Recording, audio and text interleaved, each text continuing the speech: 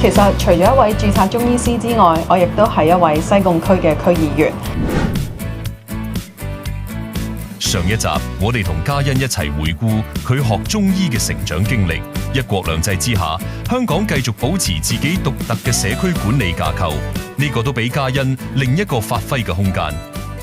其實除咗一位註冊中醫師之外，我亦都係一位西貢區嘅區議員。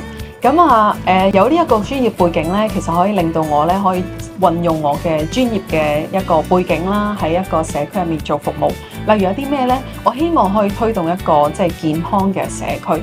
我哋其實咧香港醫療壓力咧其實比較重。我亦都好希望善用中醫嘅一個特色，就係治未病嘅特色。冇病就梗係調理身體啦，有病就梗係治病。同時咧，其實我哋而家咧有好多關愛隊。關愛隊咧當然顧名思義就係關愛區內嘅市民。所以喺呢一樣嘢咧，我哋好多時就會同關愛隊一齊去合作。舉辦一啲中醫嘅健康講座啦，例如有中醫義診啦，或者中醫針灸等等嘅一啲服務項目。區議員唔同於喺診所被動咁等病人嚟睇病，佢哋需要主動走入基層為市民服務。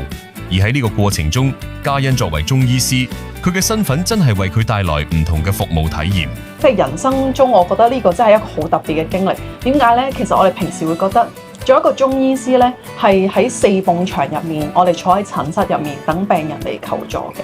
而跳出呢個框架之外呢，我哋跳入社區度同啲市民接觸嘅時候呢，佢擦身而過嘅時候，同我講完之後呢，我就即場冇問題，我企喺度幫佢把脈睇脷，然之後問診，亦都即刻咧喺個袋度攞咗張紙出嚟咧，寫低個藥方。不如咁啦，你就試下執幾劑藥翻去食啦。因為除咗可以幫到市民之外咧，其實亦都係幫緊自己學習緊，加強緊我哋一啲臨床嘅經驗。2019年喺香港發生社會風波嗰陣，人心撕裂得好犀利。李嘉欣都碰到有中醫師唔肯為警察睇診嘅怪事，佢真係好珍惜而家呢個社會穩定嘅情況。喺有國安法之後呢，我哋開始見到我哋香港嘅社會治安亦都開始安全。喺呢一樣嘢呢，我亦都見證住我哋個社會呢由亂及治，亦都希望呢我哋嘅社會由治及興，慢慢發展得越嚟越好。有咗安定繁榮嘅社會環境，中醫亦得到更大嘅發展空間。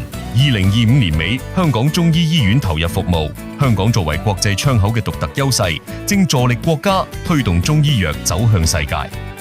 睇到香港嘅中醫藥發展咧，就開始慢慢有唔同嘅轉變。其實去到後期咧，已經開始由治及興嘅階段之後啦。我哋香港嘅中醫藥雖然有自己嘅一個特色，但係其實而家我哋都開始邁向大灣區，融入大灣區。例如咧，我哋其實而家有 CEPA 可以跨境免考試去執業嘅，亦都可以帶動我哋香港嘅年輕中醫咧，係經大灣區同國內一啲唔同嘅名老中醫咧進行一個人才嘅培養計劃。喺呢一方面咧，其實係一啲技術上面嘅增長，我哋好希望咧，我哋係不斷去學習，不斷向上發展嘅。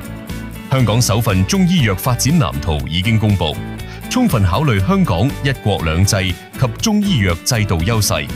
作為業界人士，李嘉欣相信可推動香港更好咁融入粵港澳大灣區中醫藥高地建設及國家中醫藥發展大局。